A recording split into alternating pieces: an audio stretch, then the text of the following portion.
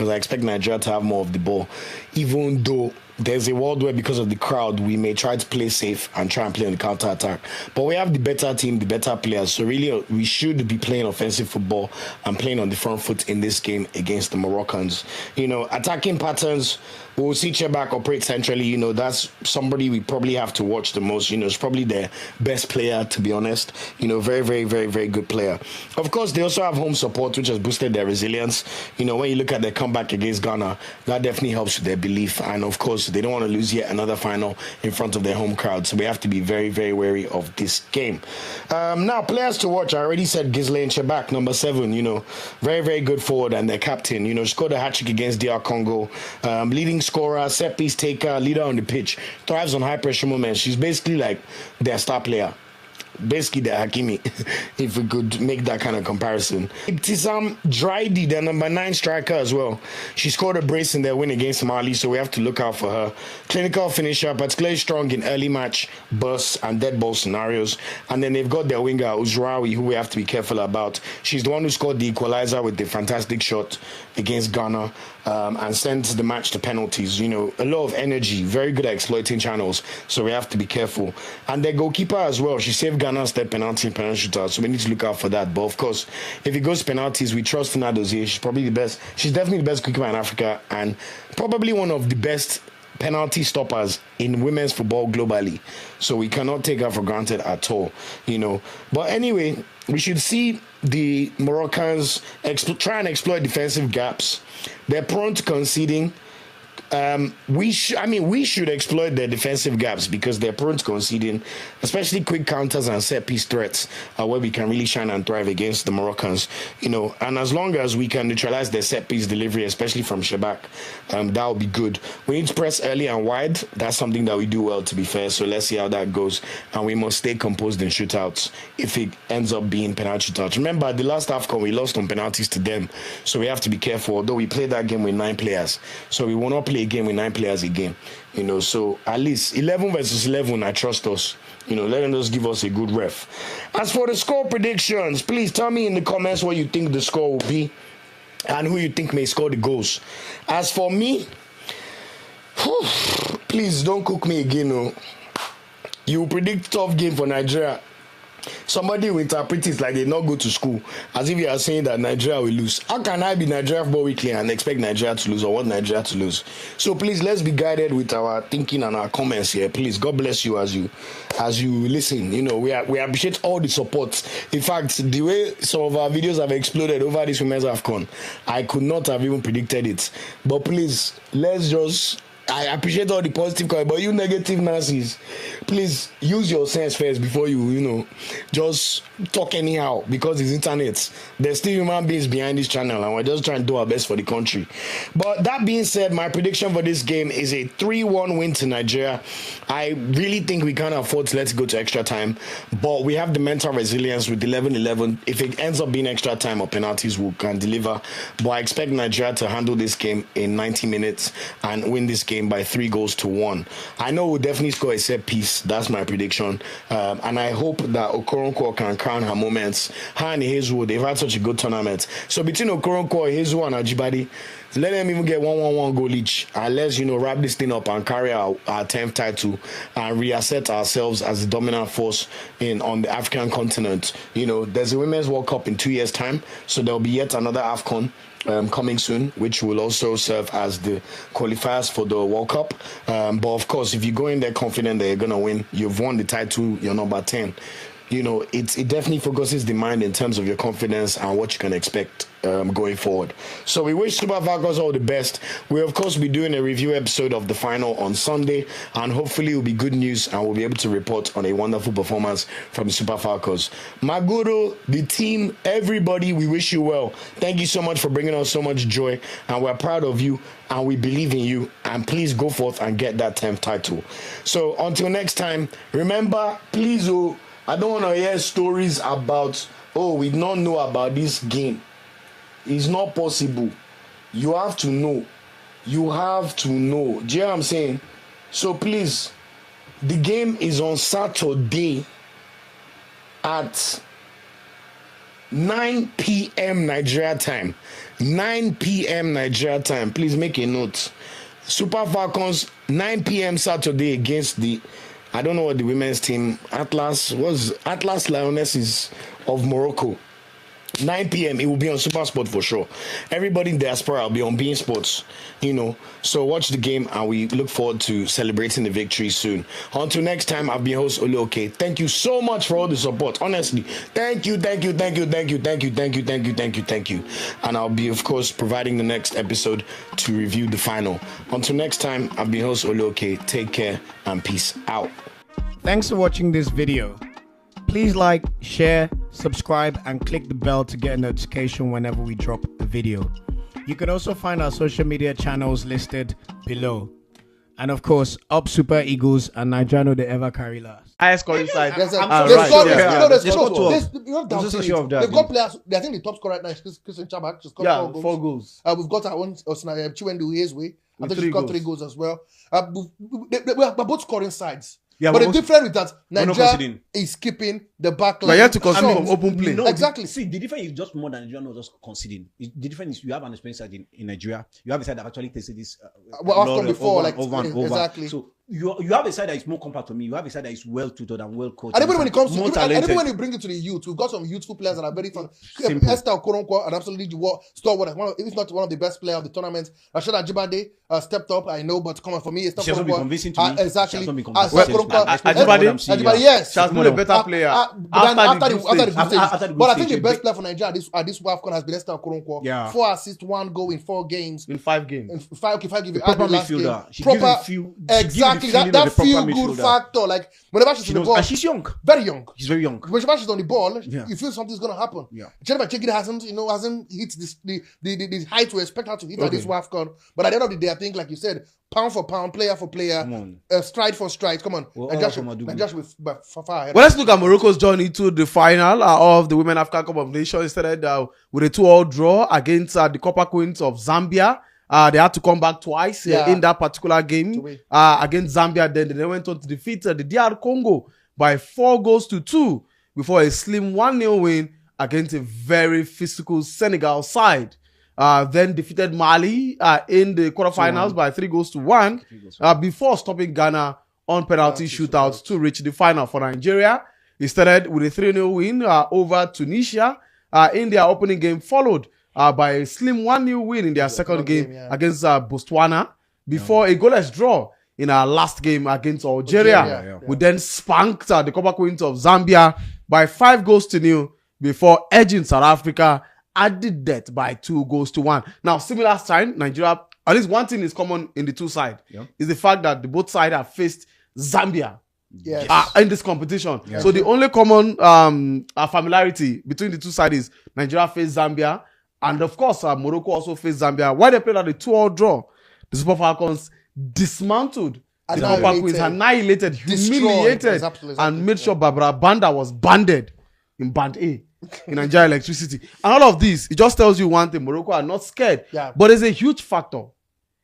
Aside the last game, Morocco will have had at least one penalty in every game.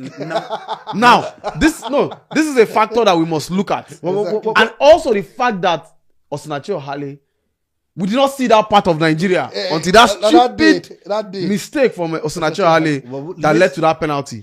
So it means we also need to be very careful. See, now, the competition has been played in Casablanca. But the final, even Morocco have played all their games in Casablanca. No, they're now going to Rabat for the final.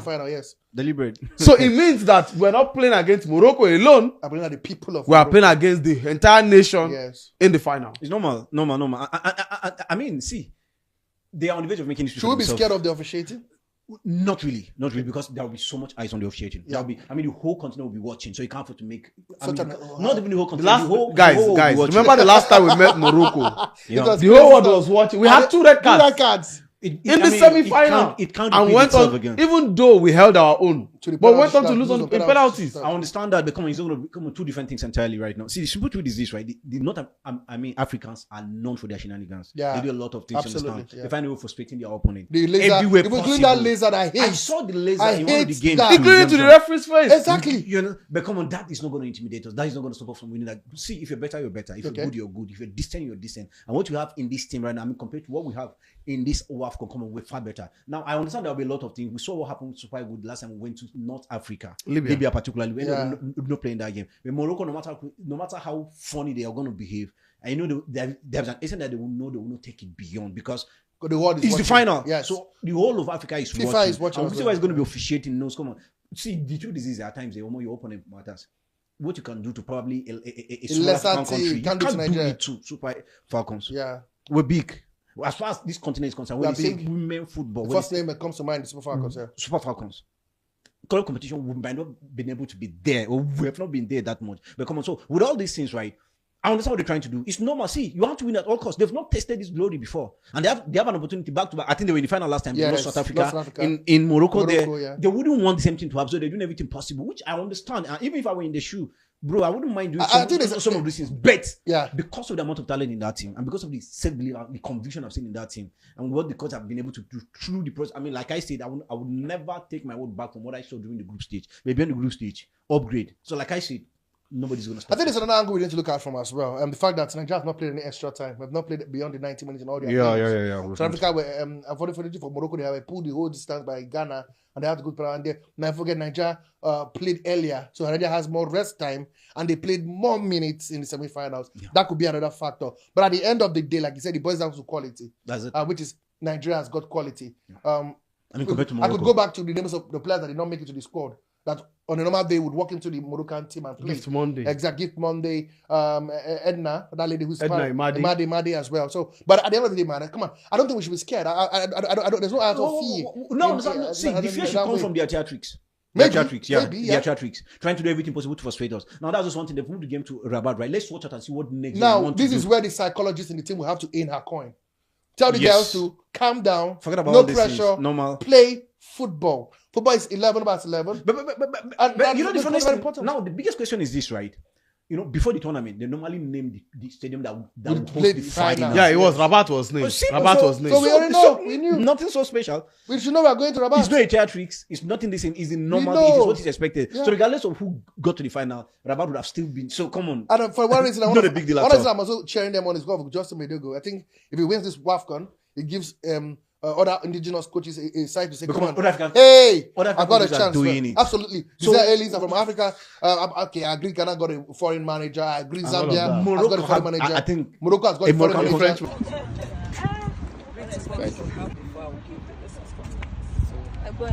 I got it.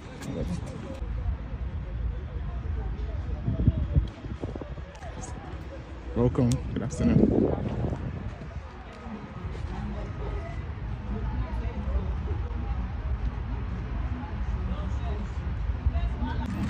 CS will not beat me.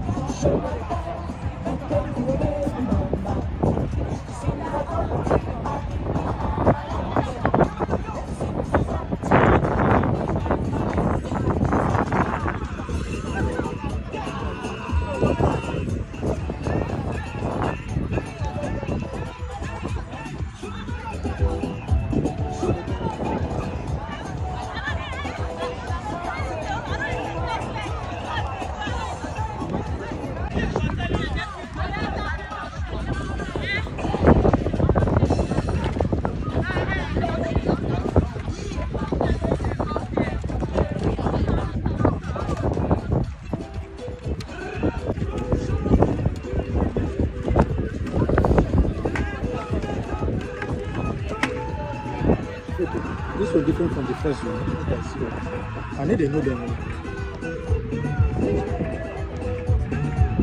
It's Esther. I'm the same person. Esther. I need to know them. Why? The guys, I know them. Okay.